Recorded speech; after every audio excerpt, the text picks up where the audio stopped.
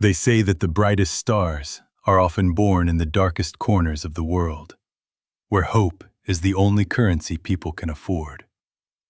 We see the champions on the podiums, the gold medals, and the flashing lights, but we rarely see the dust and the hunger that forged them.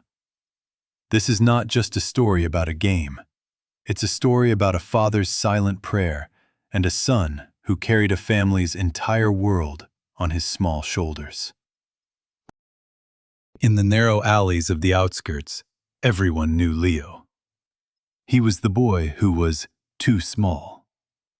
While other children his age were growing tall and strong on milk and meat, Leo's growth was stunted by the empty plates at his dinner table. He looked fragile, like a reed in the wind. But when a ball touched his feet, the frailty vanished. He wasn't just playing, he was surviving. His father, a man whose back was bent by years of heavy labor, saw himself in Leo. Years ago, he was the star of the local fields, a man with lightning in his boots. But poverty has a way of stealing dreams before they can bloom. He had traded his jersey for a shovel to feed his family, but in his heart, the fire never went out.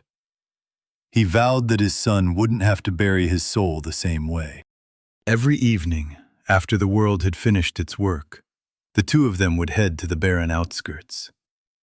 There were no coaches, no fancy equipment, only a father's voice echoing in the silence. "Focus on the rhythm, Leo. Don't look at your feet, feel the earth," he would say. In that empty lot, Leo wasn't a poor kid. He was a king in training. The opportunity came dressed as a charity event.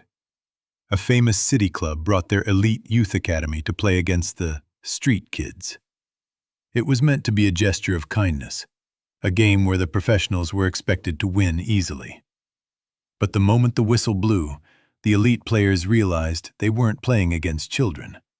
They were playing against hunger and ambition. Leo was a ghost on the pitch. He moved through the defense like smoke through a keyhole. He didn't have their strength, so he used their weight against them. 1 goal, 2 goals, 3. He wasn't just scoring. He was telling the world that he existed. The crowd, usually cynical and tired, began to chant his name. Among the spectators stood a man who had seen thousands of players, but he had never seen this.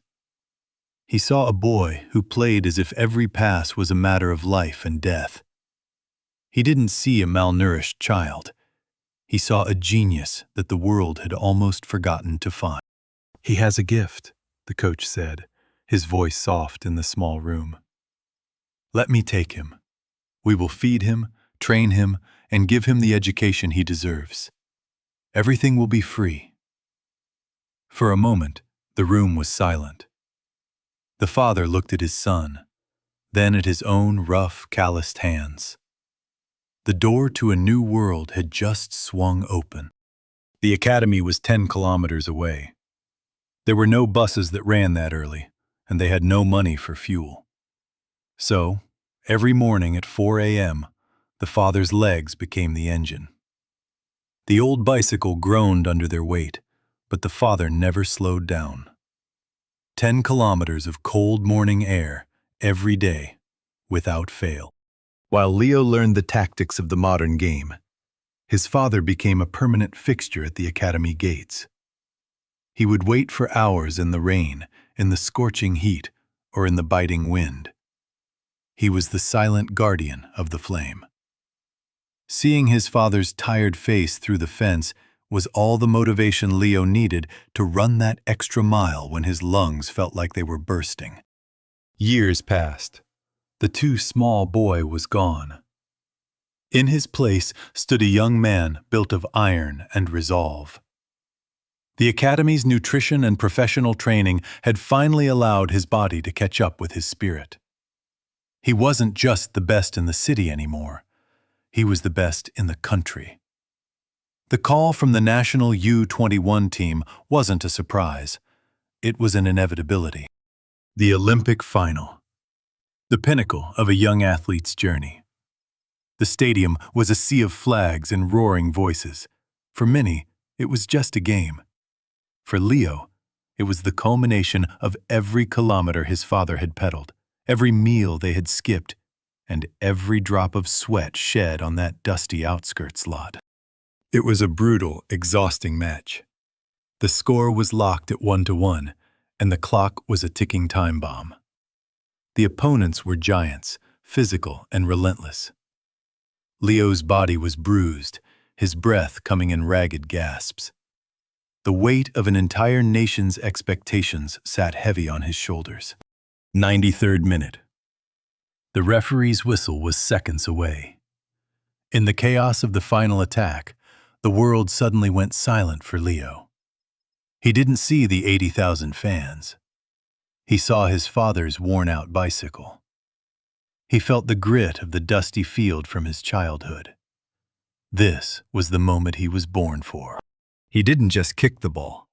He poured every ounce of his soul into it. It wasn't a shot. It was a release. The ball arched through the air, a golden streak against the stadium lights, defying gravity and the goalkeeper's desperate reach. Time stopped. Then, the world exploded. The net rippled, and a roar louder than thunder shook the earth. 2-1.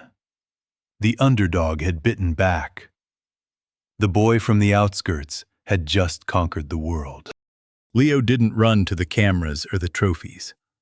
He ran to the stands, to a man in a faded blue jacket. As they embraced, no words were needed. The father's tears washed away years of exhaustion, and the son's medal was the ultimate thank you for every kilometer pedaled in the dark. Wealth and fame came knocking, but Leo's heart remained in the dust where he started. He didn't buy mansions or sports cars first. Instead, he built the Dreamers Academy on the very outskirts where he used to practice. He wanted to ensure that no child with talent would ever be too small or too poor again.